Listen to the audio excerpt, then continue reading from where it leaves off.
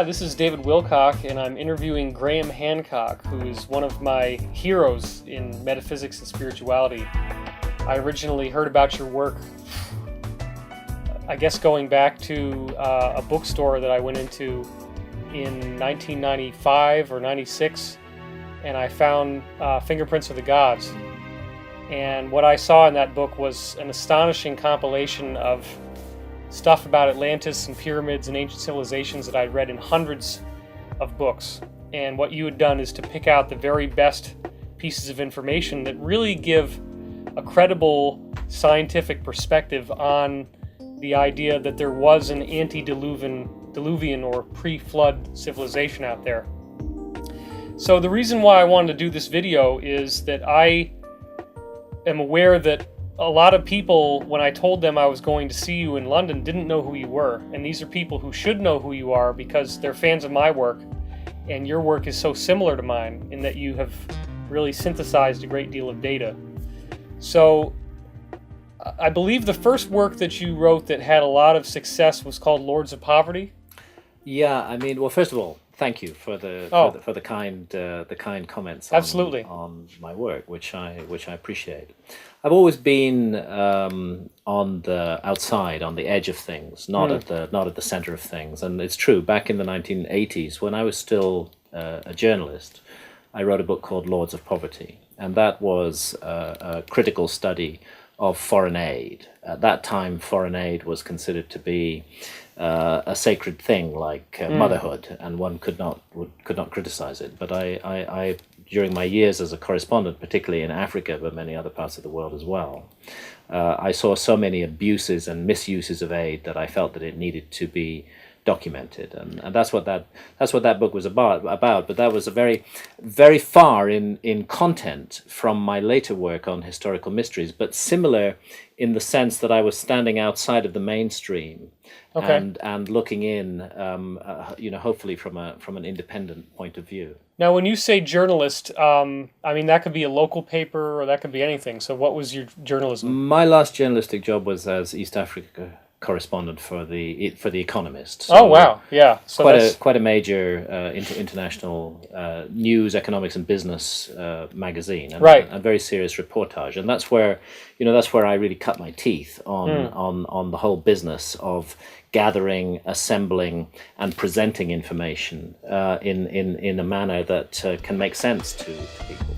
So you found these human rights abuses going on. Yeah, absolutely. That nobody was talking about. Absolutely, human rights abuses and abuses of the whole project that aid is supposed to be for. It seemed to me that the people who the aid money actually comes from, namely us, the taxpayers in the West, and the people who it's supposed to go to, namely the poor in developing countries, were actually being completely disenfranchised by the middlemen, the huge aid agencies and organizations and their staff, who were receiving and spending most of the money basically on themselves, and so I was advocating a situation where you cut out the middleman and we just help one another as human beings. Certainly, it was a situation which had fantastic PR, and everybody thought aid was a good thing. But everywhere I went and everyone I talked to in the developing countries didn't think it was a good thing at all. They thought it was absolutely ruining their lives and investing in huge projects like gigantic dams, which did absolutely no good to anybody. Or massive resettlement and deforestation projects. So I just felt another point of view needed to be given. And that's really what I went on to do with my other work too. Do you feel that this work that you did in Lords of Poverty helped to create any social change? I actually wouldn't go so far as to claim that. I think it helped to create awareness. But for the awareness to actually implement in change in the way that things are operated in the world, that would be beyond my powers. Right. But I think it did help to create awareness. That book was published in 1989. It's 20 years old now. It's still in print. It's still selling copies. Even though the numbers have changed, the basic analysis of what's wrong with foreign aid remains true. And what's happened is the world has moved on. And the realization is beginning to dawn that no country ever got rich through aid. The United States did not get rich because people gave the United States aid. Right. It got rich because of its own independent efforts, helped perhaps by its friends. And that's really, I think, the model that we need to go for in the future. So how would somebody with a background in The Economist, and you've written this book that is muckraking journalism at its finest, human rights abuses, raising awareness. Everybody knows that when you go into paranormal subjects, that you're basically kissing your credibility goodbye. Yeah. So what could possibly have motivated you to do that? Well, first of all, I never cared about that issue. My view always was, I'm going to tell my truth the way I see it. Good. And people can either take that or leave it. And I always applied that to the work that I did before I got into ancient mysteries. And I continue to apply it afterwards. I'm going to tell my truth in the best way I can, supported by the best and most solid evidence I can present. And if there's anything of value there, it will stand the test of time. And so that was the first point. The second point was the flow of my own life led me into the inquiry into ancient mysteries. As a correspondent based in Nairobi in Kenya during the early 80s, I frequently visited Ethiopia. It was on my beat. It was a place I went to very, very, very regularly. And during visits as a reporter to Ethiopia, I came across the extraordinary, seemingly extraordinary claim that the Ethiopians make to have possession of the lost Ark of the Covenant. The Ark itself, as in Indiana Jones' Raiders of the Lost Ark. Now, people who don't know, this is mentioned in the Bible. It's supposedly a sarcophagus or something. Well, a wooden box. It's very clearly specified in the Book of Exodus. It's a box which consists of gold and wood. So there's an outer box of gold, inside it a box of wood, inside that another box of gold. I'll just mention in passing that gold is a superb radiation shield. Right. And the whole aura that surrounds this box in the Old Testament is of a dangerous and deadly object. If you touch it, you can be fried by it. If you touch it, you die. Yeah. There are many accounts of people being struck dead by bolts of fire shooting out from the ark. Now, what the Bible tells us was in the ark was the 2 tablets of stone, upon which the 10 Commandments were written by the finger of God Himself. Okay. And so they were seen as the energy source of the ark, which were divine, supernatural, which sent out these bolts of fire and allowed the ark to lift up into the air. There are many accounts in and out of the Bible of the ark being used in battle, of the Israelites carrying it into battle, of it lifting its bearers off the ground, charging towards the enemies of Israel. There's an account where the Philistines briefly steal the Ark of the Covenant from the Israelites. They seem not to know how to handle it. They open its lid, and then within days they're all dying. Tens of thousands of them die. They file past it. They look at it like a tourist object, and tens of thousands of them die. And the Bible states that they died of cancerous tumors. Consistent with radiation poisoning. It sounds like radiation poisoning. So all these things intrigued me, and especially so when I went to Ethiopia and went to the sacred city of Aksum in northern Ethiopia during a time when Ethiopia was locked in a deadly civil war. Okay. And this town was in a very hotly contested zone. It was extremely difficult to get into. And I found myself in the presence of a monk who was the guardian, claimed to be the guardian of the Ark of the Covenant. He sat out in the grounds of a little chapel annexed to an ancient cathedral, Christian cathedral, called the Cathedral of St. Mary of Zion. And he said, yes, the Ark of the Covenant is in there. And what's the conventional view is that it either is a myth or that it has gotten lost or something, well, right? Nobody knows where it is. Let me just come to that first. What really tweaked my attention, because remember those accounts in the Bible of how the ark strikes people dead and causes cancerous tumors. Well, these guys, the guardian of the ark, once he's appointed as guardian, he must stay as guardian for the rest of his life. But what I found, and he can never leave the grounds of that little chapel. But what I discovered was, because over a series of visits, I met a series of these individuals because they had very short lives. And over just 2 years, two of them died, and I again went and met the third one. That's amazing. And he had developed cataracts over his eyes. And I said, why? What's happening to your eyes? Because I'd noticed that previous ones had that problem as well. He said, the ark is doing it to me. And I said, why? What is the ark doing to you? And he just said, he looked at me very, very level, and he just said, the ark is a thing of fire. And I knew that he was telling the truth, that there was something in there that scared him. and that at the same time he was burdened with the responsibility for guarding and protecting. So I began to feel, actually, there's a really intriguing story to tell here. Yeah. And over a number of years, I went into it in some depth, while I was still pursuing economic and business and stories about wars and famines. I was also interested in this. And round about 1989, the same year that Lords of Poverty was published, I decided that I would do a book about Ethiopia's claim to possess the Ark of the Covenant. And that book was published in 1992, and it's called The Sign and the Seal, A Quest for the Lost Ark of the Covenant. And that was my next question, is why the sign and the seal? What are those things? Well, the part of your question was also that it's assumed to be a myth, that the question of the loss of the ark is not properly understood. Actually, it turns out that there is a huge mystery surrounding the disappearance of the Ark of the Covenant from ancient Israel. Okay. And doubly so because it was the single most important object of Old Testament times. That's why it's the sign and the seal, because it's the sign and the seal of God's presence on earth. That's what it's considered to be, nothing less than that.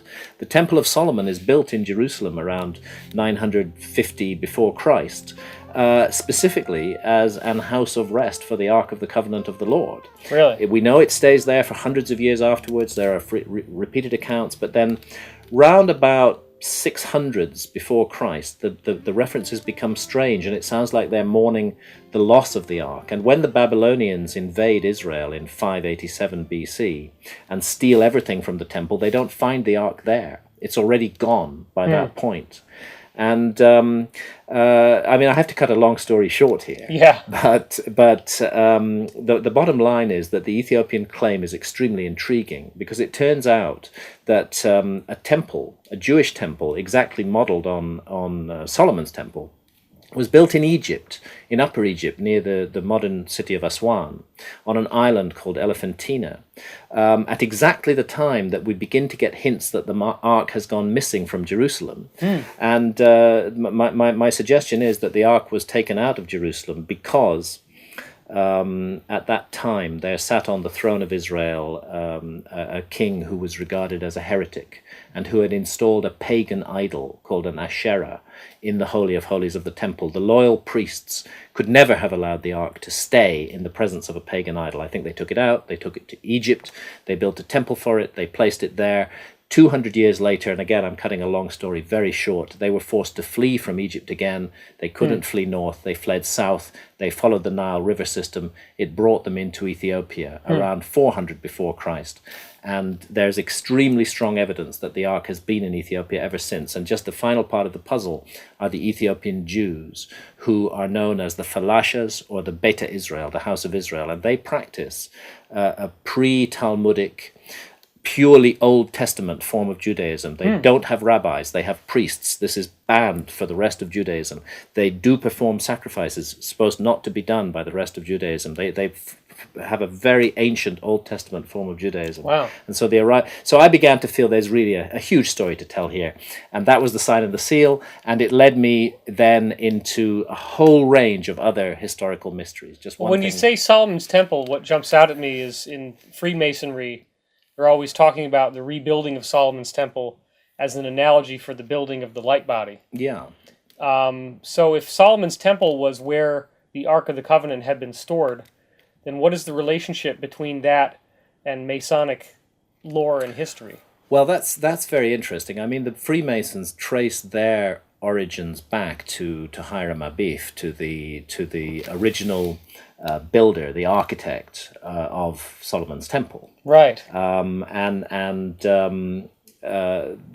an extremely interesting track and line to follow there, and that line, curiously, through the Masons, leads us to the Knights Templar.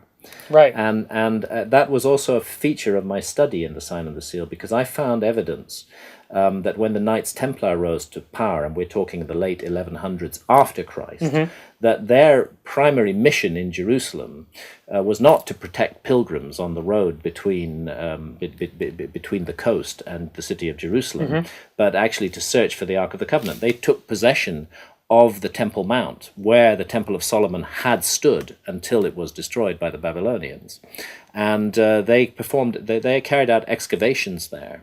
And then, again, too much detail to go into here, but I believe they encountered an Ethiopian prince exiled in Jerusalem called Lalibela, and returned to Ethiopia with him. And I found Templar crosses all over some of the sacred places of Ethiopia, an extraordinary group of churches at Lalibela, hewn out of solid rock, that I believe the Templars were involved in constructing. So somehow that Masonic Templar theme that goes right back to Solomon's Temple follows the Ark into Ethiopia as well. Well, this can't just be, I mean, a skeptic could say, well, maybe they have this, maybe the stones are radioactive or something, but if you're describing this object, this golden wooden object, levitating and lightning bolts shooting out of it, wouldn't it be that the radiation might be a side effect of some advanced technology that's inside? I honestly believe if I were asked to place a bet on this, my bet would be that the Ark of the Covenant is an out of place artifact. It is a piece of technology. It's a piece of high technology. Now, I trace that back through the lineage of ancient Egypt. The objects like the Ark of the Covenant are found in other Egyptian traditions. And Moses, let's not forget that Moses, who's the guy who climbs Mount Sinai and receives the tablets of stone from God, and who is given the blueprint of the ark, which he then passes down to builders to make for him. I see. That Moses is reared in the household of the Pharaoh. He is groomed as a future Pharaoh of Egypt. Now, he breaks away from that, but to be groomed as a Pharaoh is no light thing. It means that Moses would have been a master of Egyptian magic. He would have known Hekau, everything that the Egyptians knew about magic. And I believe that incorporated into the ancient Egyptian system, it was, first of all, a powerful belief in magic and the powers of magic. Not superstition, but as a practical thing, a practical skill, a power that can be used in the world. And secondly, that this often manifested in the form of boxes, which were carried on poles, and which contained a powerful object, which radiated power. There are many, many examples of this that I go into in the book. And so I think the Ark is one of a category of objects that we can trace back in ancient Egypt. Now, the people who could build the pyramids, who could move gigantic blocks of stone weighing hundreds of tons as though they weighed no more than a feather, those ancient Egyptians clearly could do a lot of things that we can't do today. Yeah. And I think they had, where they got it from, I don't go there. I don't speculate. But I do argue that they were the masters of a sacred technology, a kind of magic, and that this was manifested in the Ark of the Covenant. And the Ark of the Covenant was taken out of that system and carried off to Israel, but it continued to be a powerful object. I mean, it seems like if the Knight Templars are spending that much manpower and time and resources searching for this Ark, that they must have felt that if they had possession of it, that they would gain some really important capabilities by possessing it. Yes, I think they absolutely did feel that. So what might those capabilities be? This is the power of God. Defense system? This is first and foremost within their system of ideas, and indeed within the system of ideas of the religion of Israel. This is the power of God. This is literally, the sign and the seal of God's presence, as I say, right. and a manifestation of His power. So if you can direct and control divine power in some way, then you're the master of the universe. And I think that ultimately the Templars were seeking power, magical, divine power, through the Ark of the Covenant. I don't think they got it. I don't think it was ever brought back to Europe. I still think it's in Ethiopia. I think that the Ethiopian claim is stronger than any other. There are some loose traditions that the Ark is buried under the Temple Mount, that it's buried in a mountain in Jordan, but none of these are associated with a modern, ongoing, continuous tradition of veneration of the Ark of the Covenant. There's only one country in the world where the Ark is still venerated as a living object, and that is Ethiopia. And they've become masters of concealment. There are tunnels and systems underneath Axum where the Ark can be carried away from any threat. The whole city is an armed camp.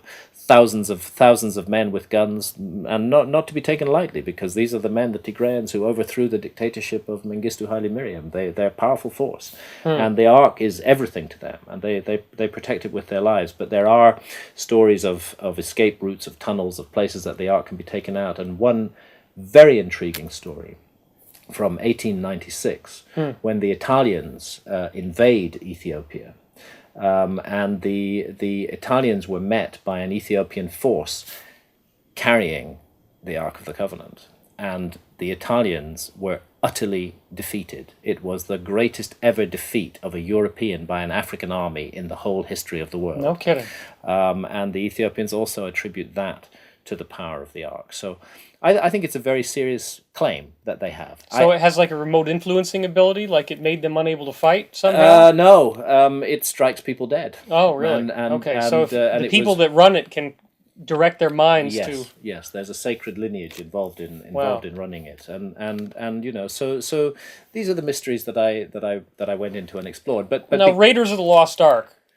I mean, it's a silly movie on some level, but isn't that Nazis looking for this Ark of the Covenant? That's Nazis looking for the Ark of the Covenant, and there is a story that I've been told by a number of eyewitnesses in Ethiopia that the Nazis, when later on in history, not in the 1890s, but the Italians came back in the 1930s, and they occupied Ethiopia for about 4 or 5 years, just before the Second World War and at the beginning of the Second World War. And there are accounts of Nazis with Italian troops coming to Axum, and of the Ark being taken out through the tunnel system and hidden in a mountain, and then brought back in when they came back. So, and the other thing I'd say about Raiders of the Lost Ark is, actually, it's a pretty good film.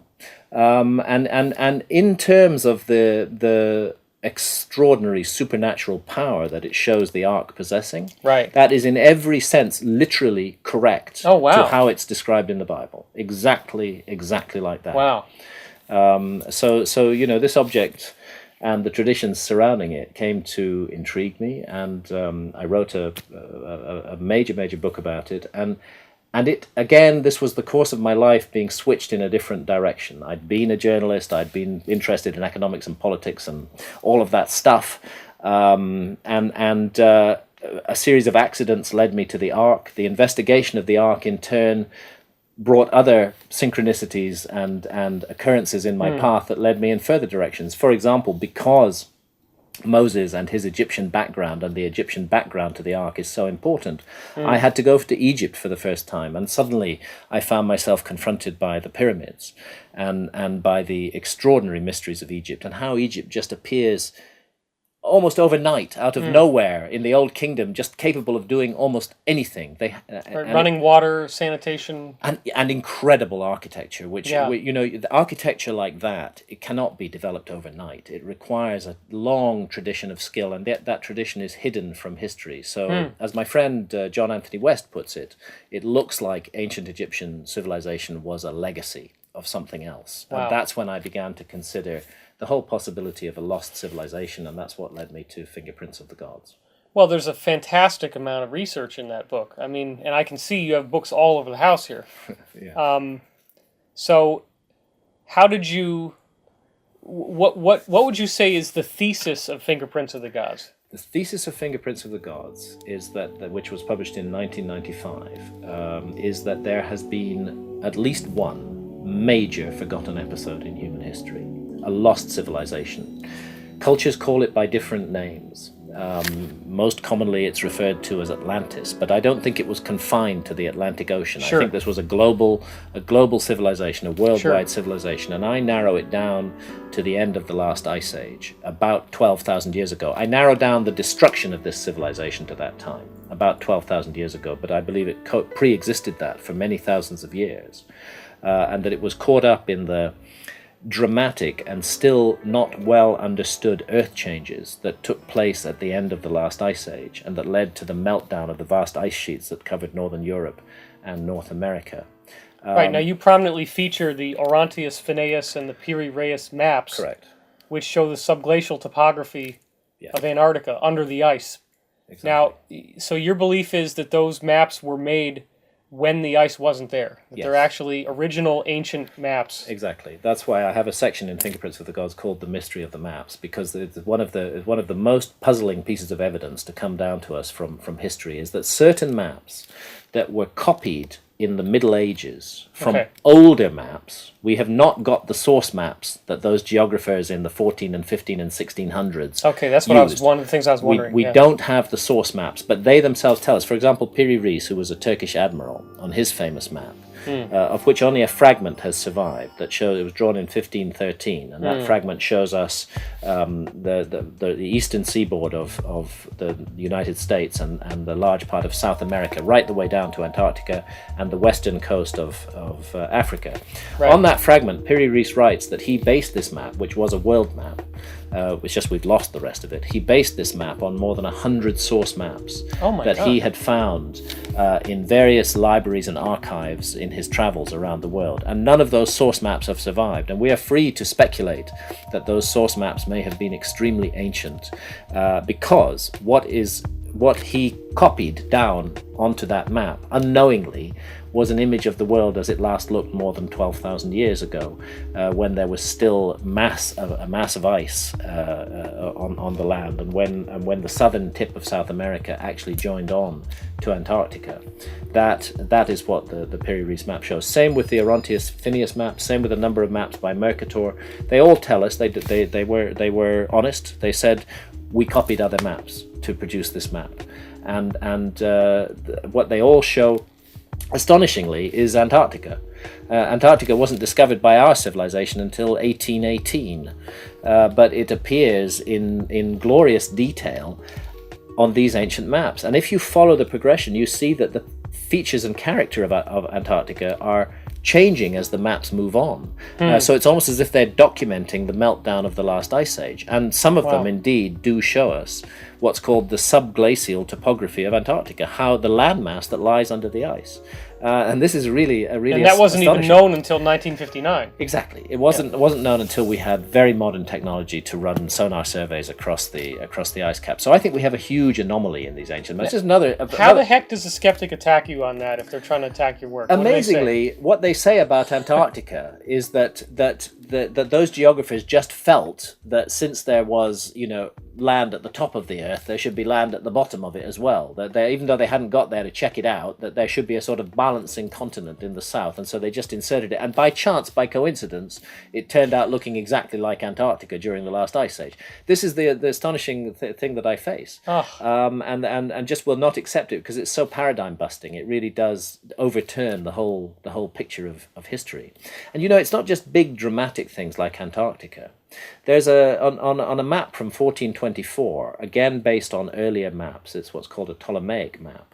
There is a little island shown off the west coast of Ireland, and that little island is labeled Hy-Brasil, Hybrazil, on that map. And such was the belief in the existence of Hy-Brasil. I know of 2 expeditions that were sent out from Bristol, near where we're sitting now, to look for Hy-Brasil. They wanted to go trade with it, find it. There were all sorts of legends about it. But they would have needed a time machine in order to find Hy-Brasil, because I, working with geologists who are specialists in the meltdown of the Ice Age, was able to establish that an island did stand in exactly that spot, with exactly the dimensions that are indicated on that map, but it was flooded by rising sea level at the end of the Ice Age more than 12,000 years ago. So that map is freezing a little detail from the world of 12,000 years ago. Has to have been somebody there to do that. Mapping the world, and especially with accurate latitudes and longitudes, which are found in these maps, is a pretty high-tech operation. Our culture couldn't do it until the late 18th century. That's when we really began. So you're looking at evidence of a level of technology that is at least equivalent to the beginning of the Industrial Revolution in our society, if not far beyond that. And this is a huge mystery. Now, these ancient cultures also seem to have mythological statements that had a lot of numbers in them. Yes. And the numbers were very curious to you. I think the numbers are extremely important. There's a body of myths from all around the world that include what turn out to be, expressed in the language of myth and the symbolism of myth. What they capture is extremely precise observations of a phenomenon called the precession of the equinoxes, Right. which is, everybody's heard about the dawning of the age of Aquarius, and most people are aware that we're living towards the end of the age of Pisces right now. But what that actually means is that if you stand at any point on the Earth on the 21st of March, an hour before dawn, and look due east, you'll see a constellation sitting on the horizon in the place where the sun will shortly rise. And that constellation for the last 2,000 or so years has been Pisces. But because of a wobble on the axis of the Earth, which unfolds very, very slowly and it's very hard to observe, we're gradually tracking backwards. The sun as a pointer against the zodiac is gradually tracking backwards through the zodiac. 1 degree every 72 years. 1 degree every 72 years. That's the key figure. And it's moving through Pisces and into Aquarius. And the time will come very soon when, as you stand at dawn looking due east on the 21st of March, the spring equinox, you'll see Aquarius on the horizon, not Pisces. Now, to observe this process is not easy, and it requires an accurate interest in astronomy, accurate astronomical observations, accurate solar observations, and for some reason, the numbers that relate to precession, as you rightly say, it unfolds at the rate of 1 degree every 72 years. There are 30 degrees to each house of the zodiac, so that means each age is 2,160 years. And since there are 12 houses of the zodiac, that gets you to 25,920 years for what's called the Great Year, when the entire cycle completes and comes back to the beginning again. It's astonishing that a whole sequence of numbers related to this particular issue, which really, again, is a relatively recent discovery of our civilization, are found in myths that go back to the dawn of time. And people should be aware that, of course, the cycle changes in 2012. So all this buzz around 2012, it's important to know that there's all these ancient cultures that have all the numbers whose equations resolve to this year 2012. It's very important to know that, and specifically because the year 2012, which I also go into at length in Fingerprints of the Gods, the year 2012 and its importance is signaled to us by the Mayan calendar.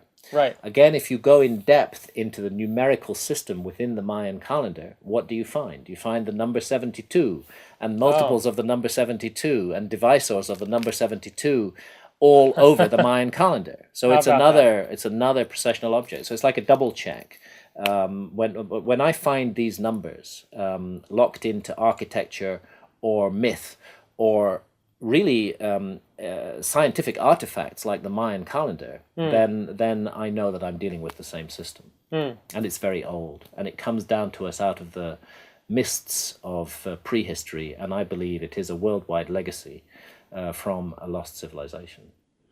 Now, I believe that as you partnered up with Robert Bauval, one of you guys' discoveries was that the 3 major pyramids of Giza line up with the stars of Orion's belt, and then Leo is the constellation that would be on the horizon during the time that alignment works? Yes, and again, I have to absolutely pay tribute to Robert Bauval here, because Robert Bauval is the originator of the extraordinarily important Orion correlation theory. He's the genius who saw that connection in the sky between the pattern of the 3 stars of the belt of Orion and the pattern of the pyramids, and who then didn't leave it at simply pattern similarities, but went in depth into ancient mythology, ancient Egyptian mythology, about the god Osiris, whose figure in the sky was seen to be the constellation of Orion, and absolutely proved that the pyramids are constructed on the pattern of Orion's belt. And indeed, we then went further. Robert, and that was in his book, The Orion Mystery. And Robert, this is absolutely Robert's work. But we then went on together to write the book that's called Keeper of Genesis in the United Kingdom, and it's called The Message of the Sphinx in the United States, where indeed the plan is shown to be much wider, because the Sphinx comes into the picture as well. And the Sphinx is sitting there gazing due east, the same direction that I told you to look on the spring equinox for the constellation that defines the age. And Orthodox Egyptologists tell us that the Sphinx is clearly what's called an equinoctial marker. It is targeted at the spring equinox sunrise. Okay. Orthodox Egyptologists tell us that the Sphinx was built around 2500 BC, which is the astrological age of Taurus. If they were trying to make an astrological connection with that age, they would have built it as a bull, not as a lion. You have to go back to 10,500 BC, 12,500 years ago, to find the time when it's the constellation of Leo that houses the sun on the spring equinox. And what we believe is that the Sphinx is a ground figure of the constellation of Leo, and taken in conjunction with the precise positioning of the pyramids in relation to the constellation of Orion, it looks like a star map from around 10,500 BC was brought down from heaven to earth and built on the ground at Giza to freeze, to immemorialize forever in gigantic architecture a date.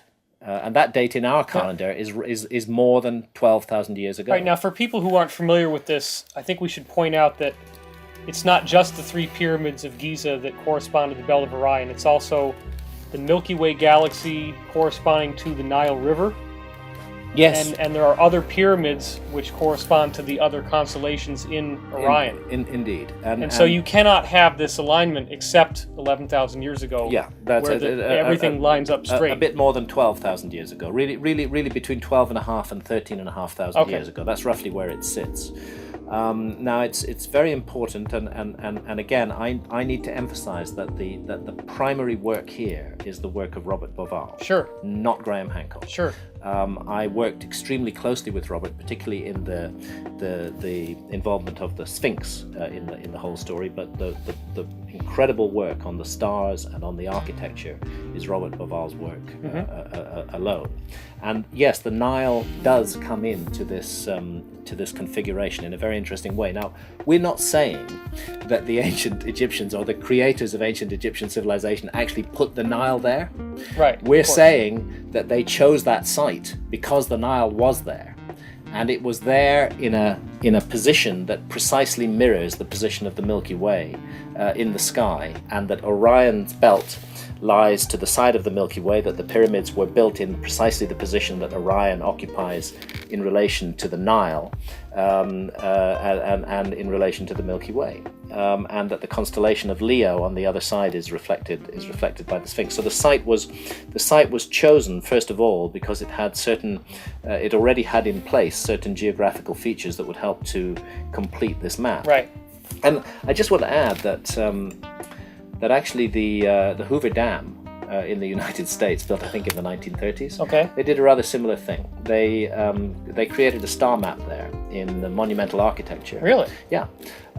Which freezes the positions of the stars in the sky above the Hoover Dam at the time when the dam was completed. No kidding. And the reason they did that, when they were asked about it, they said, well, look, suppose in 10,000 years' time our civilization is lost and some future archaeologists find this dam and they want to figure out when it was built. They're not going to be able to read our inscriptions because the language will have been lost. But if they're competent astronomers, they'll be able to work out from the star map when it was actually built. And so that's the suggestion in what's going on at Giza. It's more complicated than that. We're not saying that everything at Giza was built 12,500 years ago. Certainly. We're saying that the initial conception dates to that time, and that certain elements of the Giza plan were definitely created at that time. Definitely the Sphinx. Here you have not only the astronomy, but also the geological characteristics of the Sphinx. And again, I need to pay tribute to the work of others, and that's John Anthony West and Professor Robert Schock, who's a geologist at Boston University. They're the ones who've done the work on the weathering patterns on the Sphinx. And it's very clear from the erosion patterns that the Sphinx, after it was built, was subjected to thousands of years of heavy rainfall. And you don't have that rainfall in Egypt in 2500 BC. You have to go back towards the end of the last ice age to get that kind of rainfall. Right. They call it water weathering. So That's right. John Anthony West showed Robert Schock, a geologist, a picture. Yes. And he says, "What kind of weathering is this?" And he immediately Schock says, "Oh, that's water weathering." Water weathering. But then, well, guess precipitation- where this is from? Yeah, This is exactly. the back end of the Sphinx. The key thing is precipitation-induced weathering that's caused by rainfall. Rainfall. Heavy rainfall. And that's exactly what the Sphinx has. And paleoclimatology, well-advanced science, makes it quite clear that there were no such rains in Giza in the time of the pharaohs. So this looks like a genuinely prehistoric, massive piece of sculpture. And then when you combine it with the star correlations, you get a second hit at that, which is also confirming the same very ancient date, and it begins to look like something extraordinary was going on there at the end of the last ice Why age. do you think the head on the Sphinx is so small compared to the body? Again, John and Robert Schoch have gone into this in depth, and their view, which I totally endorse, is that the Sphinx was originally a lion-headed monument, Right. as well So as a it's lion. totally a monument to Leo. It was totally a monument to Leo, and in the time of the pharaohs, around 2500 BC, one of those pharaohs, perhaps Khafre, who is associated with the Sphinx in some way, perhaps what he did was he recarved the Sphinx and recarved its head into a human head, if not his likeness, the likeness of some other pharaoh. Right. And in doing that, they lost a lot of the mass of the head. And that's why the human head, is now out of proportion to the Right. the So body. if they wanted to have the headdress at the bottom be that wide, that width would have had to go all the way up originally. Yeah. So they had to get rid of a lot of stone. They had to get rid of a lot of stone Yeah. in order to turn it into a human-headed monument, and that's what seems to have happened there. So, the rather intriguing situation is that the trench that surrounds the Sphinx, the core body of the Sphinx, was created by hollowing out a huge trench in the bedrock around it. Oh.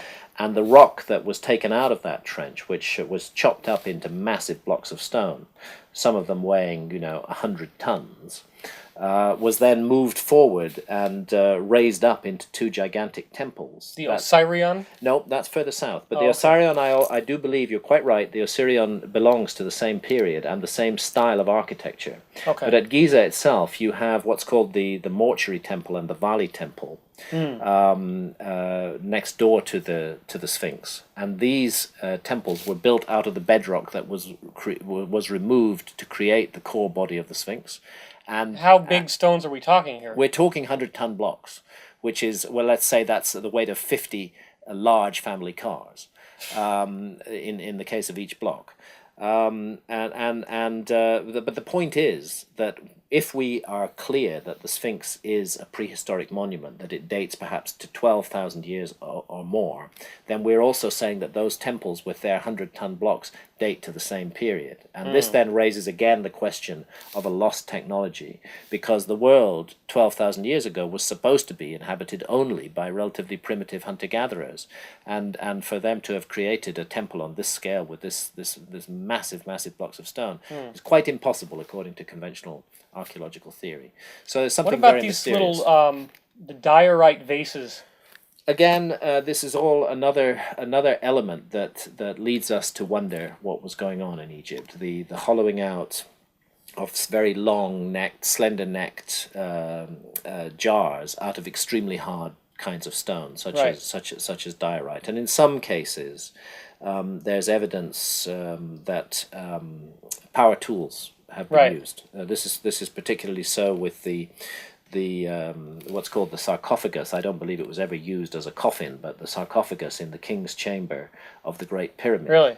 There's drill marks in there? Yes, and drill cores have been found. It seems that they were using a tubular drill, which drilled down into the stone, and from the drill cores, it is possible to establish the speed at which the drill was moving, and it was moving at the speed of a modern power tool, not at the speed of a hand cranked drill. Yeah, but that's granite. I know. It's one of the hardest rocks known to man, and they were cutting down into granite. And they're only supposed to have had, even if they had a diamond head to the drill, which is not impossible, they're not supposed to have had any hard metal. So they only had copper in the Old Kingdom.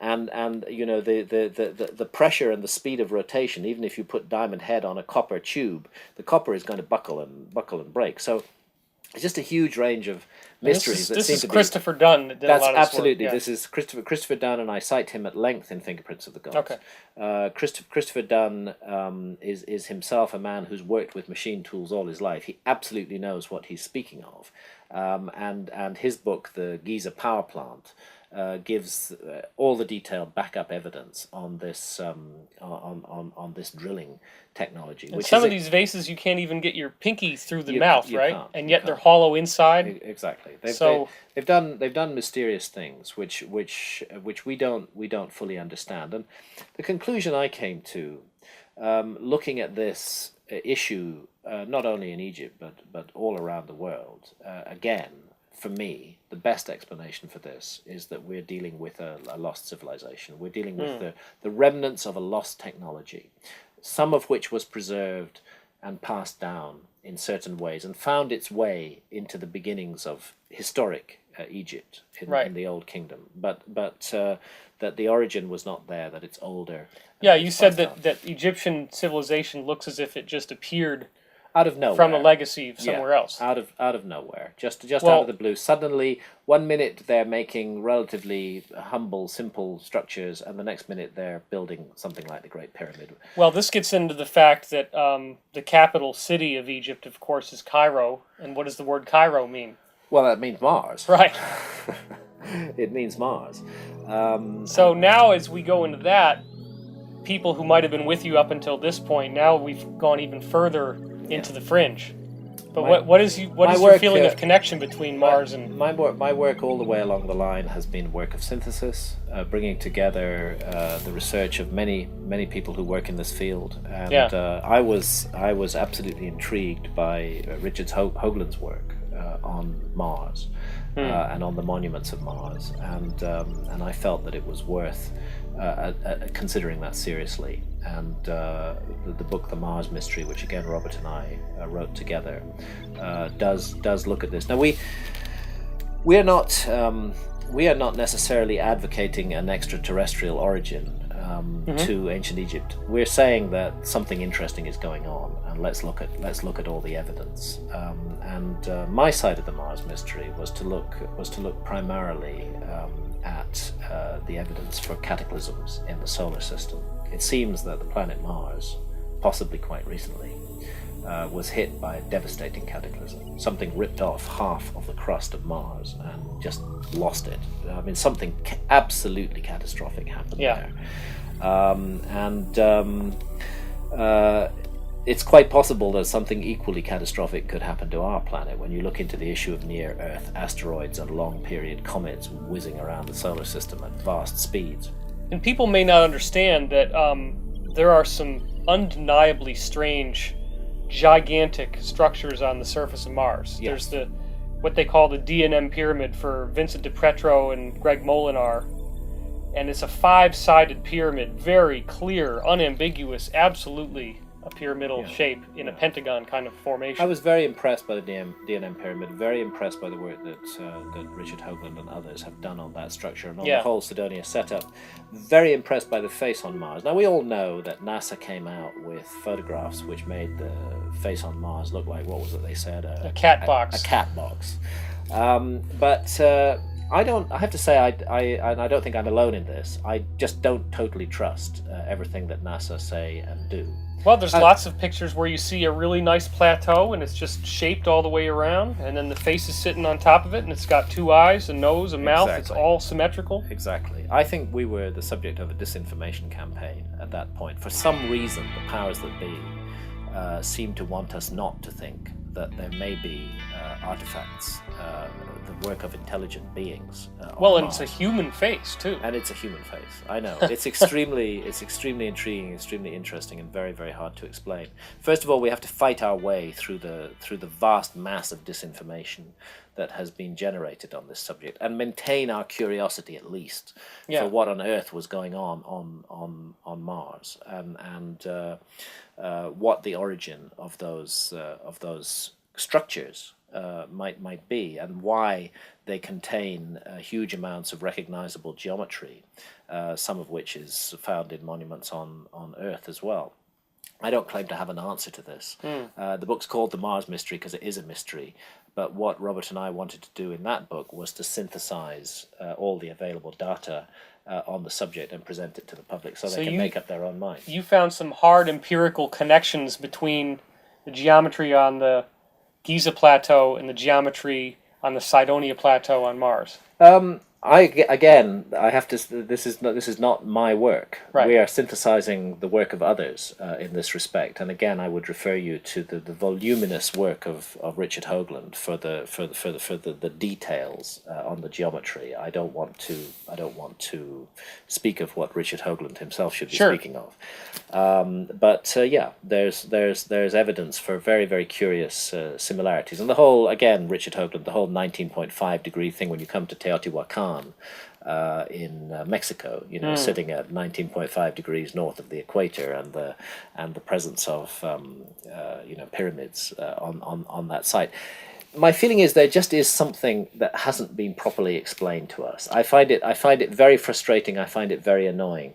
I still think that the face on Mars is a face. I'm not at all convinced by the material that NASA put out there. Sure. And I think we are going to get to the truth on this sometime in the future. Now, are we dealing with an extraterrestrial civilization? Are we dealing with a human civilization that somehow got to Mars a very long time ago? Who knows? Who knows the answer to that question? Right. I don't have anything against extraterrestrials. I think the universe is full of life. I actually think that's what the universe is for. I think it's a home for life, a home for experience. But I haven't found it necessary in my work to go down the ancient astronaut route. Particularly, I've preferred to look at the mystery of a possible lost human civilization. But once we buy into that, once we accept that we may be a species with amnesia, that we may have forgotten glorious and dramatic aspects of our past, then we have to consider the possibility that there might even have been a spacefaring civilization on this planet. Did it come from this planet from elsewhere? Did it go from this planet to somewhere else? I don't know the answer. My job is to spell out the mystery and then let people work. Well, and you found submerged architecture all over the world. Well, this is again a follow-on from as my work progressed. Really wanting to get to grips with the whole issue of a lost civilization. The thing that really struck me was at the end of the Ice Age, you have this dramatic rise in sea level. You have more than 400 feet sea level rise right the way around the world. It swallows 400 feet. 400 feet. I didn't know that. It's That's it's a lot. an absolutely gigantic sea level rise. You have to consider that the sea level everywhere in the world was 400 feet lower than it is today.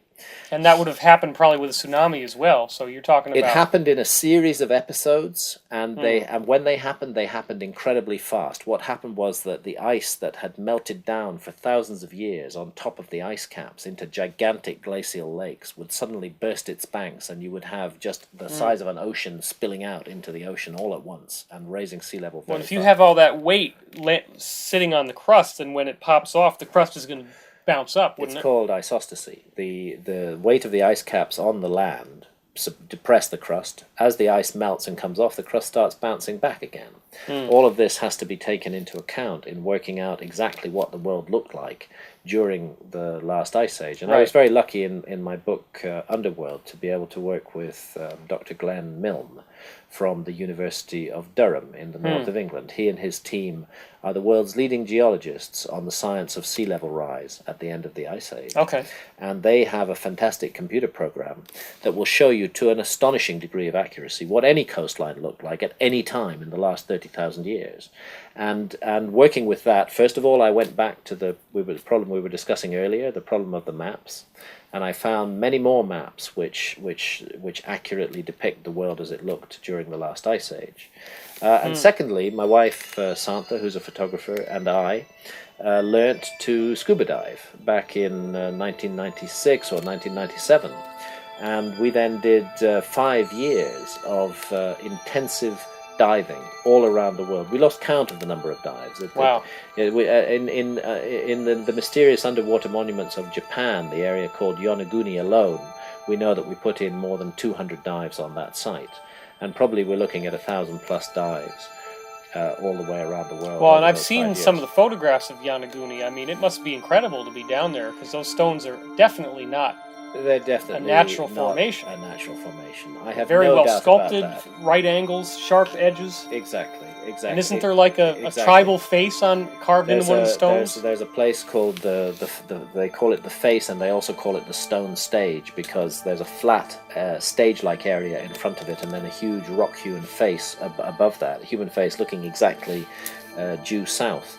It's the combination of about 5 different major monuments within the space of approximately 500 yards off the south coast of Yonaguni that absolutely convinces me that we are dealing with man-made structures hewn out of solid rock. Right, so these are massive stones. They're massive stones. They're megalithic structures. And the problem is that many people who criticize them either can't dive very well themselves or have never dived there. You have to be a skilled, competent diver. How far down is it? You're looking at 110 feet at the bottom of the monument, so you're 110 feet below the surface of the sea. So you're saying that couldn't have been above sea level any time recently? The last time that was above sea level was more than 12,000 years ago. And this, again, puts us back into a period when Orthodox history says there was no such thing as a civilization anywhere on Earth. So is this what some people call Lemuria, you think? Or? Well, I'm not a big fan of the concept of Lemuria or of Mu. Simply because Lemuria is a sort of relatively modern scientific idea that generated from the presence of lemurs on both sides of the Indian Ocean. But you read James Churchward and you saw he has all these symbols that show up all over the place. Yeah, he's talking about Mu. Right. But again, he bases himself on Le Plongeon, and Le Plongeon mistranslates a Mayan stela to find the name Mu. I'm not convinced at all. I'm not convinced that there ever was a civilization called Mu. I am convinced that there was a lost civilization in the Pacific. Right. As a matter of fact, the Pacific, and Churchward is absolutely right there. I think calling it Mu is a jump too far for me. Okay. But let's say a lost civilization by any other name. The Pacific was one of the areas that was most severely hit by the rise of sea levels at the end of the Ice Age. There's a whole area there which geologists call the Sunda Shelf. It's almost a continent-sized area off Southeast Asia and stretching out to the Philippines, which was all above sea level until about 13,000 years ago, and went under in a gigantic cataclysm. And again, if you look around that whole area, the Pacific, the Indian Ocean, you find incredible myths of a lost civilization, of a former golden age, and of course we've discussed this before, but not in this discussion, but at other times. For example, the flying machines that are mentioned in ancient Indian texts, Vimana. The Vimanas. It just my feeling is, of course, we have a mass of Orthodox history. We have serious and dedicated scholars who are telling us it's not like that. But my feeling is there's enough evidence now out there in the world, at least to raise our curiosity. We should not write off this question. It's very important to understanding who we are. If a great civilization was destroyed in antiquity by unknown earth changes, we have to consider the possibility that could happen to us too. We shouldn't be so arrogant and imagine that we are the apex and the pinnacle of human achievement. We may just be another blip in a very long story. The whole story of human history may be cyclical, not linear. So clearly these Hindu scriptures that we've looked at, they're describing these Vimana, but they are very strange descriptions. They're talking about things that can fly through mountains, things that have weaponry, that they make a humming noise as they go through the air. There are even accounts of what look like nuclear weapons. That's the best way we can construe them from what is... The elephants screaming and burning. The Brahmastra weapon, the fire of the sun. I mean, really, they're extraordinary accounts. And it's hard to believe that those writers of ancient scripture just made it all up.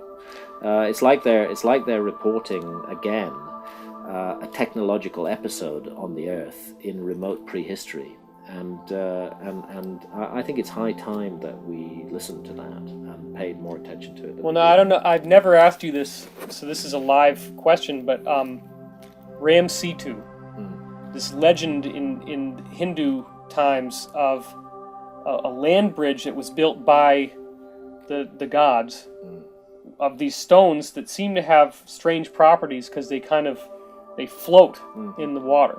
Did you ever look into that one? Well, if you're speaking of the land bridge between Sri Lanka Sri Lanka and southern India, not only have I looked into that, but I've dived in that area. Oh, wow. Okay. And there are indeed massive structures underwater going down. We have again dived there to depths below 100 feet below sea level. And we found, for example, off Pumpahar, which is exactly in that area between India and Sri Lanka, a gigantic U-shaped structure, definitely man-made, and definitely been underwater for more than 12,000 years. You think it was like to keep the sea out from something? Well, the interesting thing is that the notion that is contained in the ancient texts of Sri Lanka being connected to mainland India is actually true. The geology makes it absolutely clear that Sri Lanka was connected to mainland India until the meltdown of the Ice Age and until sea levels rose. So again, the very fact that that idea is spoken of in ancient scriptures means they are passing down to us a piece of knowledge that they absolutely should not have had if Orthodox history is correct. And again, that is very convincing. And there are intriguing remnants all over southern India. And stretching down into the ocean beyond southern India. You know, in southern India they had a tradition called the Sangam tradition, where they speak of something that's almost exactly like Atlantis. Really? An advanced civilization with extraordinary building capabilities that existed in a place where the ocean now is, south of India, where they had great academies and universities and centers of learning, which was destroyed in cataclysmic floods. And the weird thing is, they put exactly the same date on it that Plato puts on Atlantis in his account, because Plato is the earliest surviving source for the story of Atlantis. And that date is, again, around 12,000 years ago. Wow. All right, so why are we... I mean, people are just going to laugh at you and say, if there were submerged man-made structures around India, then why haven't I heard anything about it?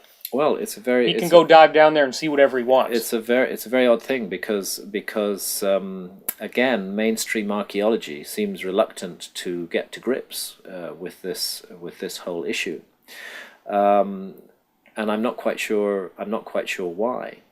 There's been very little follow-up on the diving investigations that we did. As a matter of fact, in 2002, with a team that we brought out from India and that we brought out from England, but working also with Indian archaeologists in India, we went diving off the city that's called Mahabalipuram in South India. We went there because fishermen had told Santa and I that they were catching their nets on structures underwater. Oh my gosh! And that when they free dive. They don't have scuba equipment. When they dive down to free their nets, they found buildings down there.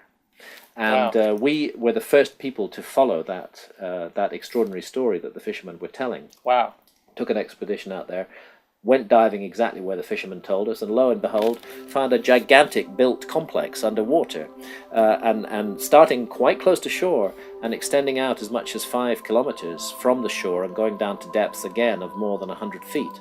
Now, the strange thing was that after we'd made that discovery and after the initial press conference, which was jointly shared with the Indian archaeologists, Indian archaeology suddenly fell completely silent on the matter. And there was no further investigation of it until, tragically, the great Boxing Day tsunami, which emptied out the bay in front of Mahabalipuram for about half an hour, and then everybody saw that there were structures underwater. Oh my gosh! And are there any pictures of this? Yes, there are. And really? After that, because it had entered the public domain in a very, very visible way. Most recently, there has been some minimal underwater archaeology done on that site that we found several years earlier. No kidding. But again, mysteriously to me, the mainstream archaeologists so far are confining themselves to what's called the intertidal zone, down to depths of just about maximum of 10 feet. And where you hit the really interesting stuff is down to depths of 100 feet and several kilometers from the shore. So I don't know. I don't know why this should be, why it should be this way. I've come across this problem also in Egypt, where mainstream archaeology again doesn't seem to want to get to grips with very intriguing mysteries that need to be investigated. Is it simply a matter of archaeology's commitment to a paradigm of history being so strong that they just can't bear to separate from it? Is it that they really believe all this stuff is nonsense? Perhaps they do. Or is it something more sinister than that, designed to deny us the truth of our true history? I'm not sure. I've actually given up trying to figure it out. I've done my best to put out the knowledge that I have, to share what I've seen and what I've experienced and present it there. And I do think if major resources, Santha and I were just two individuals totally funding ourselves, if you had the funding of a major oceanographic institute to search the coastal shelves all around the world for underwater ruins, I think we would reveal the absolutely unmistakable traces of a lost civilization. Did you ever visit Lebanon? Never visited Lebanon. I've not been to Baalbek. Okay. I would love to go to Baalbek, and I will do so one day. 1,000-ton blocks of stone? Yeah. What on earth are they doing there? 1,000 tons. I mean, they're so huge that even the pyramid stones and all the other stuff we're talking about pale by comparison. They pale by comparison. They're utterly astounding. And again, they're trying to tell us that these were put there by the Romans. I'm sorry. That's the skeptic's explanation? Yeah, that's the skeptic explanation. A Roman temple was built on top of it. That's true. But the substructure is absolutely megalithic prehistoric architecture of the kind that you do find in Egypt, in the Valley Temple next door to the Sphinx, and indeed, as you mentioned earlier, in the Osireion in Abydos. Right. I saw a scale picture of a man standing on it, and it's like the guy's like this tall, and the stone is... Yeah. I mean, they're absolutely enormous. Yeah, they're enormous. So I think we have to say there are extraordinary mysteries in the past. And these mysteries are important because they have something to tell us about ourselves. I mean, a man or a woman with amnesia who've forgotten their own life story are gravely disadvantaged by that. What if that's the case for the whole human species? That we've forgotten our own life story, that we don't remember the truth about ourselves because there had been too much cataclysm, too many years have passed, it's all got mixed up and confused in myth and memory, so that we don't really have a clue. How can we proceed forward if we don't know where we came from? It's almost like we have a genetic, like most people have a genetic trigger where if you start bringing out information that suggests that these cataclysms happen, they automatically attack you. There's like this, there's like a genetic, no, you can't, we're not supposed to know this, we can't know this. It's an extraordinary thing, and it's actually why, because I did become a little bit defensive in my work as my work moved on from the sort of grand explosion of Fingerprints of the Gods, when I just sort of threw it all out there, to later more considered books such as Underworld, where I had to consider, as I was writing the book, I had to consider that there was going to be an army of hostile archaeologists out there who would want to find any chink in the armor of my case to bring the whole case down. If I can just find one fault, then we can, then this is a classic disinformation technique. We find one little fault, then we can elaborate that out to suggest that the whole work is contaminated. And so I became very, very cautious about how I presented information. And whenever I made an extraordinary claim, I did try to back it up at great length with extraordinary information. And it's why in Underworld I do not actually investigate. I did in Fingerprints of the Gods, but in Underworld I don't really go into the question of what caused the cataclysm.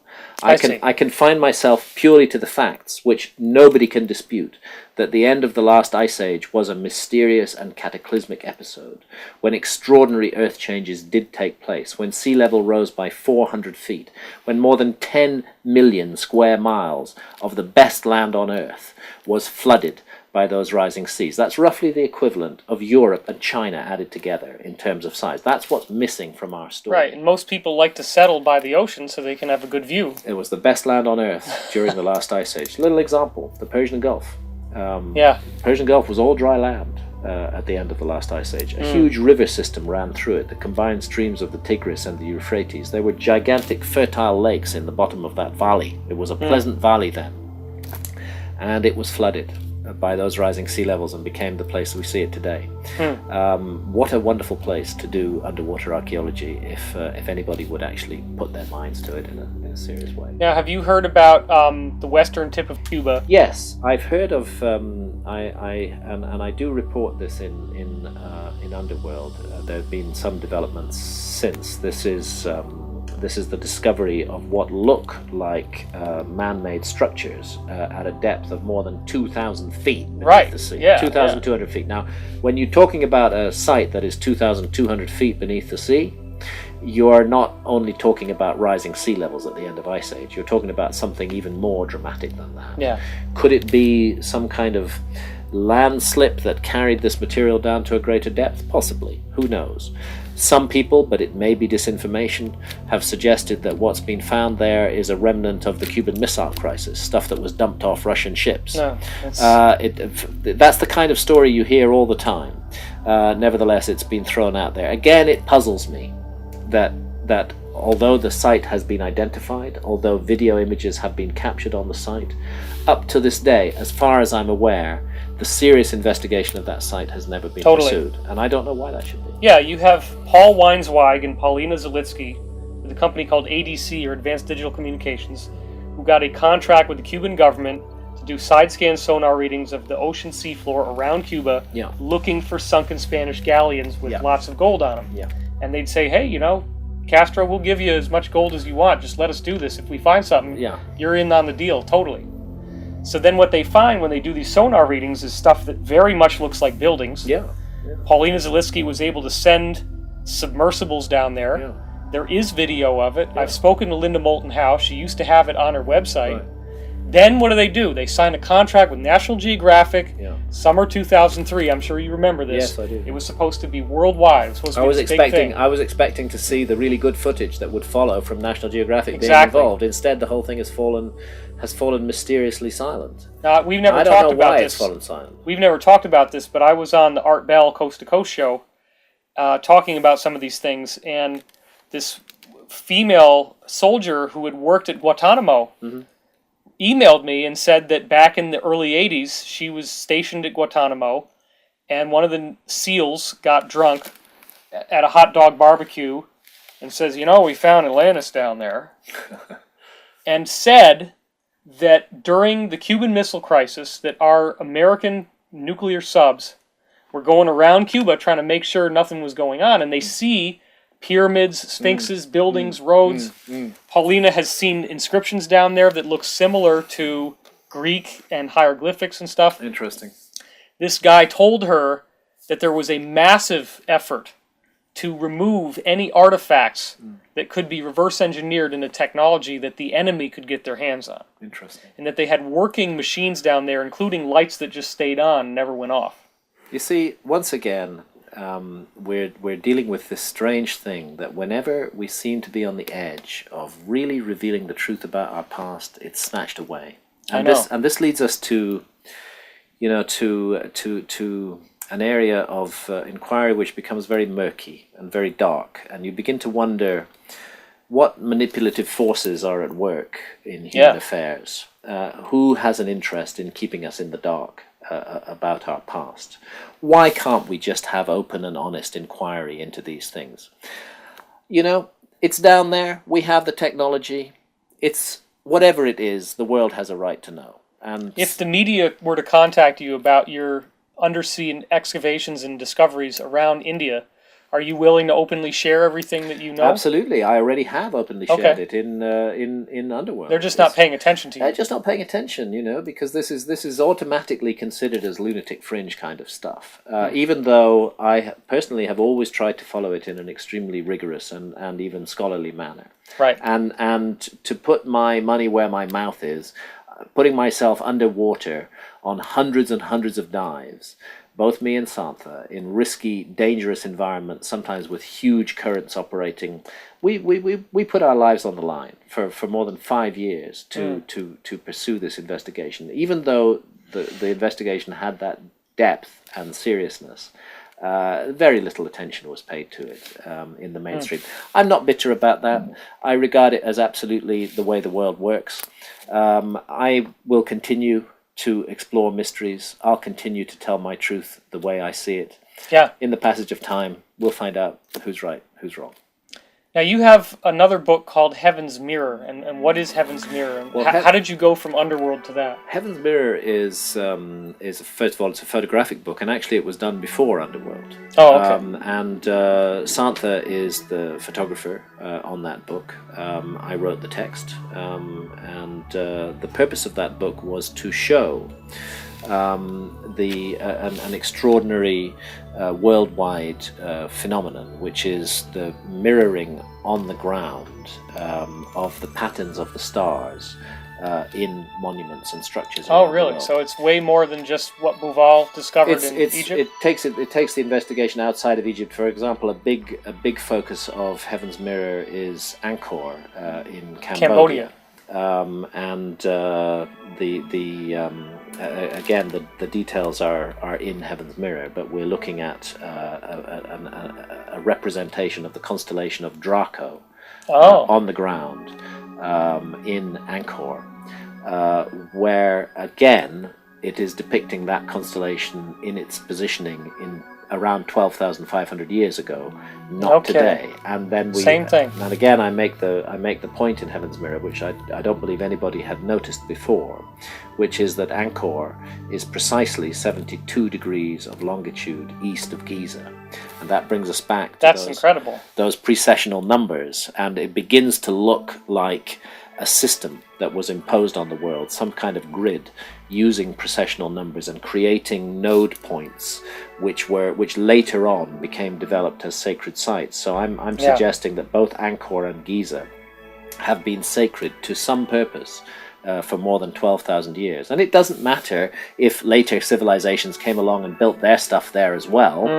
There's no doubt that the temples as we see them today in Angkor date from around 1100, 1150, 1200 after Christ. But they sit on top of older and older structures, and I think if we go all the way down, we're going to find ourselves right back at the end of the Ice Age again. Okay. So it was an attempt to show that there's a worldwide system of as above, so below. Of copying on the ground what is seen in the stars, either actually representing the patterns of stars on the ground as at Angkor, as at Giza, or creating a union point between sky and ground, a monument that targets the spring equinox, that targets the rising sun on the summer solstice, for example. These are common. The extraordinary pyramid of Kukulkan in Chichen Itza, in the Yucatan in Mexico. Where the pyramid is so perfectly situated that again on that special day, the 21st of March, the spring equinox, for about 20 minutes, and Santha and I have been there and sat there and observed this amazing phenomenon. The stairwell serpent thing? The serpent. There's a serpent's head at the bottom of the northern staircase. And of a sculpted head? A sculpted head. And there's no body to that serpent. But just for 20 minutes in the evening, around about 5:20 in the evening, it suddenly comes alive. And the shadow pattern of the whole body of the serpent is seen running up the stairway. I didn't know that still works now. It still works today, as it worked when it was first created, and it is meant, and that monument is speaking of sky and ground at exactly that moment in time, at exactly the equinox. So why the serpent? What's the big deal with the serpent? Well, the serpent is the image of Quetzalcoatl, the feathered serpent, the civilizing deity who brings civilization to the ancient Americas, and who then vanishes, and who will return to usher in a golden age. This is what is indicated, and let us only hope that's what 2012 means. That a golden age is coming ahead of us, even though we may have to pass through difficult times to get there. Couldn't some people ignorantly say that if they're sacrificing people on these pyramids, that the serpent is the devil, and that they're doing that for a satanic ritual or something? Some people could ignorantly say that, and they do say that. And furthermore, and again, I go into this at length in Heaven's Mirror, particularly less so with the Maya, but the Maya also performed human sacrifice, more so with the Aztecs, who performed human sacrifice on an absolutely industrial scale. Right.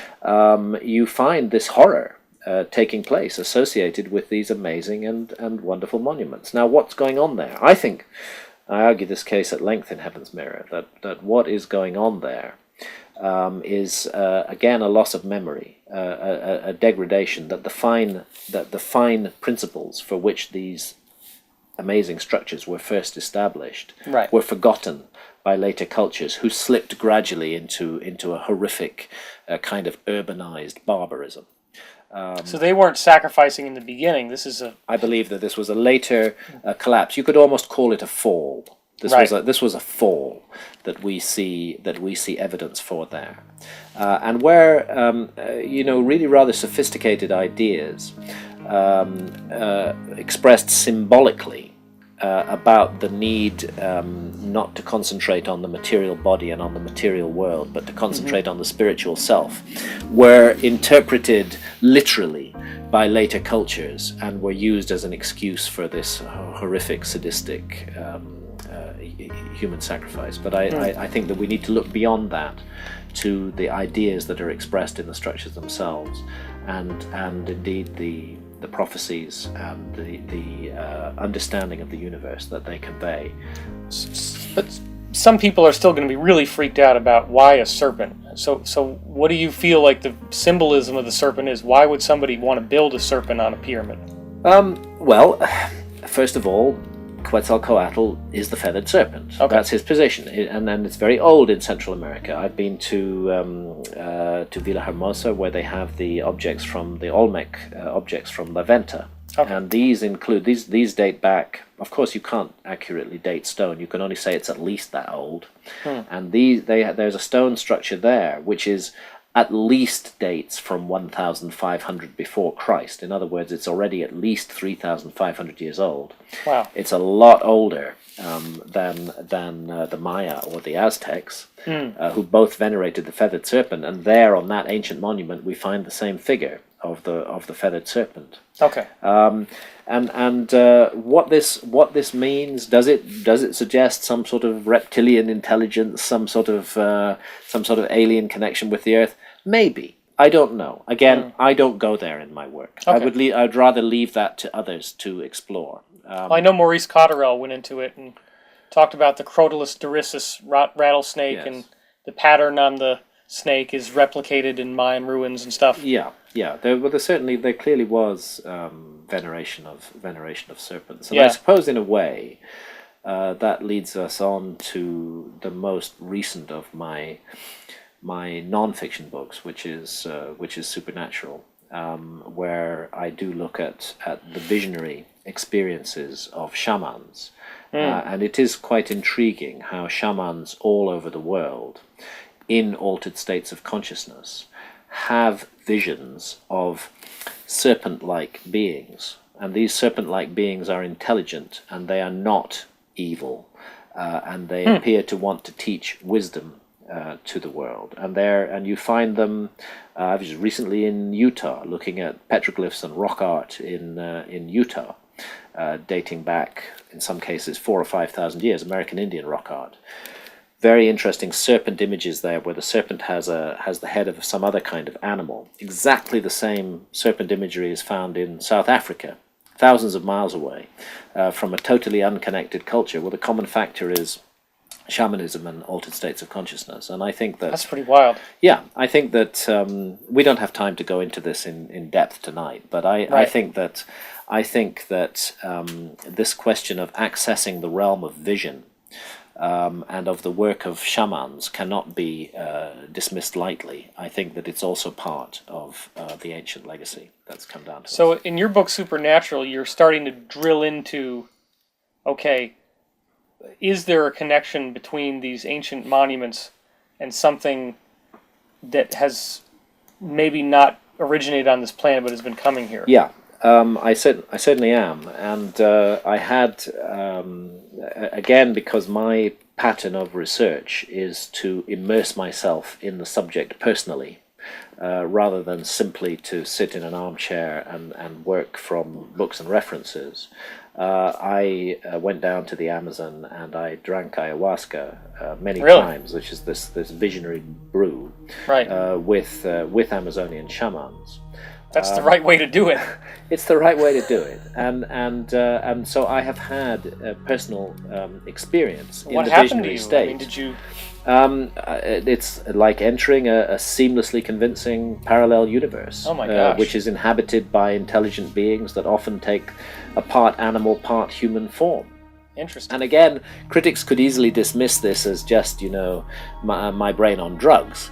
But you have to realize that precisely the same imagery is found in rock and cave art all over the world, going back to the very beginnings of the artistic endeavor in the human story, which is more than 35,000 years ago. Okay. And the suggestion that I come to, and I only make this as a suggestion, is that that what's happening with these curious molecules that are found in visionary plants is that they alter the receiver wavelength of the brain. That normally, and I must cite here Rick Strassman's fantastic work with spirit molecule, DMT, the spirit molecule, at the University of New Mexico, where Rick was, after a very difficult endeavor, was given permission by the federal government to conduct research with human volunteers and dimethyltryptamine, DMT. DMT is the active molecule in the ayahuasca brew from South America.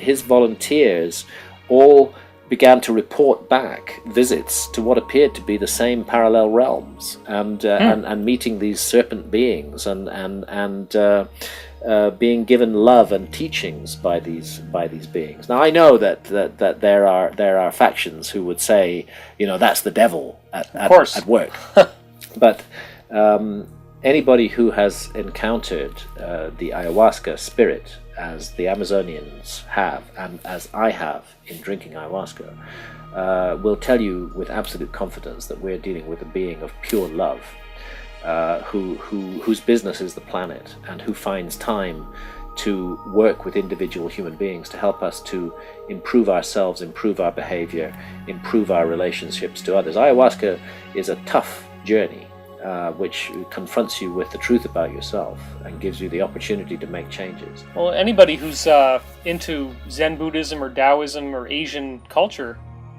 the dragon always symbolizes wisdom, and it's a flying dragon. Exactly. And so you're saying that's the same kind of thing happening? I'm saying it's exactly the same kind of thing happening. And so then who are these guys? And there are definitely connections also with the whole issue of ET abductions, because we do, again, that Rick Strassman's work absolutely documents this, that many of his volunteers on a hospital bed in New Mexico, definitely not physically abducted. Their consciousness was being abducted, and they were being. Some of them were taken up onto what they saw as UFOs or spaceships. Really? And procedures were performed on them. Objects were inserted under their skin, crystals put into their brain. This was the experience they had, and that they reported. And that experience were they terrified or? Yes, sometimes terrified. And sometimes these looked like your typical ETs and Greys? Yeah, there were those appeared as well as the serpent beings, and so somebody ought to think twice if they're going to drink ayahuasca. Well, it raises the question of what phenomenon we're actually dealing with here, right? And it is a phenomenon undoubtedly that has physical aspects, but also psychic aspects, and I think that my own view. Is that we are dealing with some kind of interdimensional contact. The reason I brought up Rick Strassman's work is that the analogy he makes is that our brains are most of the time tuned into what he calls channel normal, everyday world.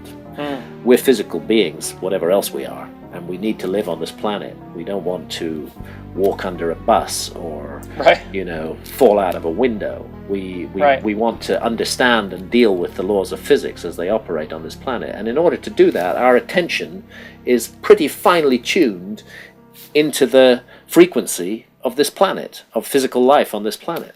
However, what the visionary plants do, and what certain other altered states of consciousness that can be induced by rhythmic dancing, by certain kinds of music, even by meditation do, is allow us to retune the receiver wavelength of the brain, disconnect from this physical reality, and suddenly the much wider reality, which surrounds us all the time, but which is not normally accessible to our senses, is admitted in. Right. And therefore the suggestion is that these visions that shamans and modern volunteers in the University of New Mexico research share, they share the same imagery because they're literally going to the same place, and that we therefore may be dealing with parallel universes with other dimensions. So in Supernatural, you are providing hardcore proof that this is a real domain, that this is an actual location in some energetic sense. Yes, that's absolutely multiple people are going to, in cultures all over the world,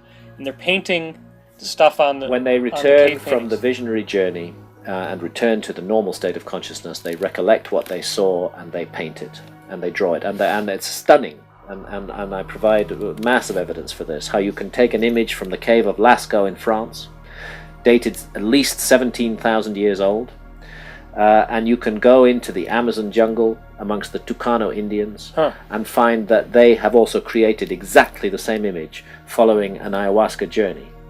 And therefore the common factor has to be altered states of consciousness. Wow. And the suggestion that there may be... the subtitle of the book is Meetings with the Ancient Teachers of Mankind.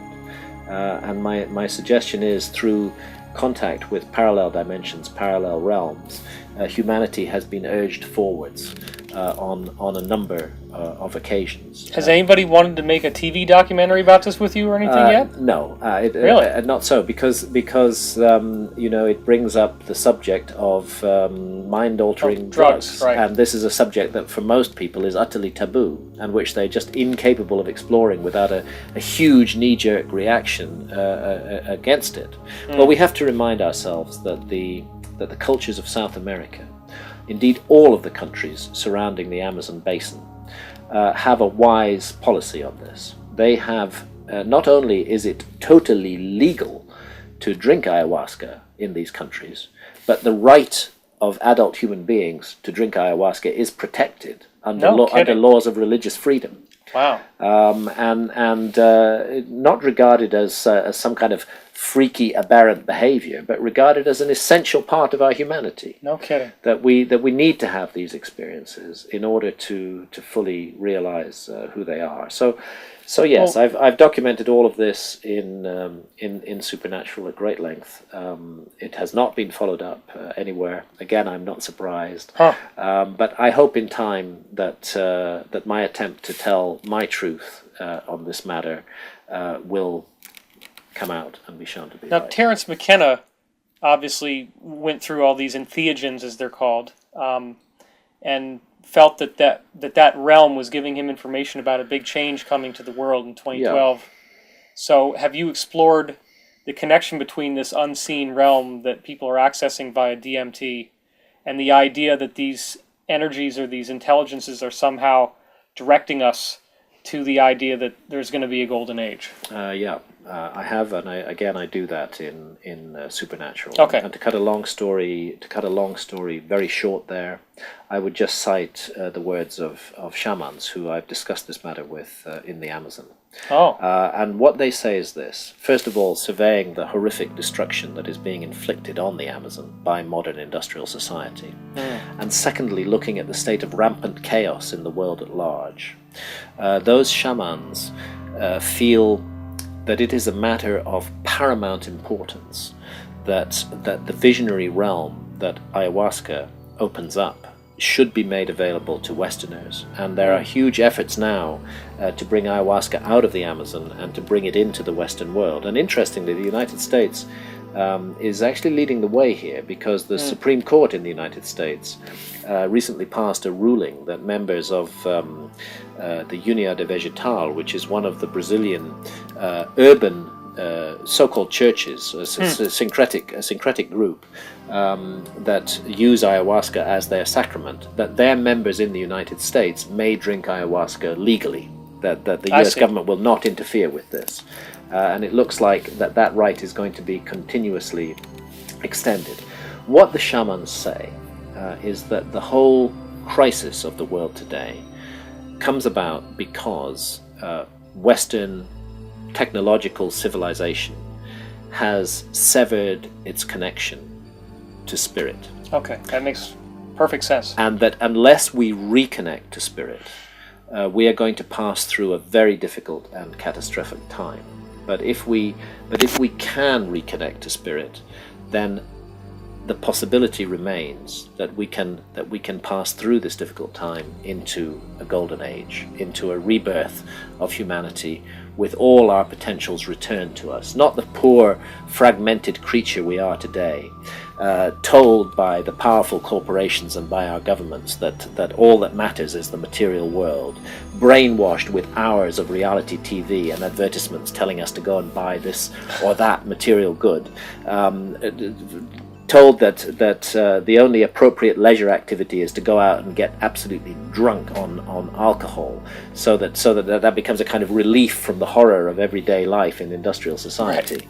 Right. That somehow we can reunite the fragmented parts of our human nature, bring back in our connection to spirit, to other realms, to other dimensions, and move forward again in a positive direction.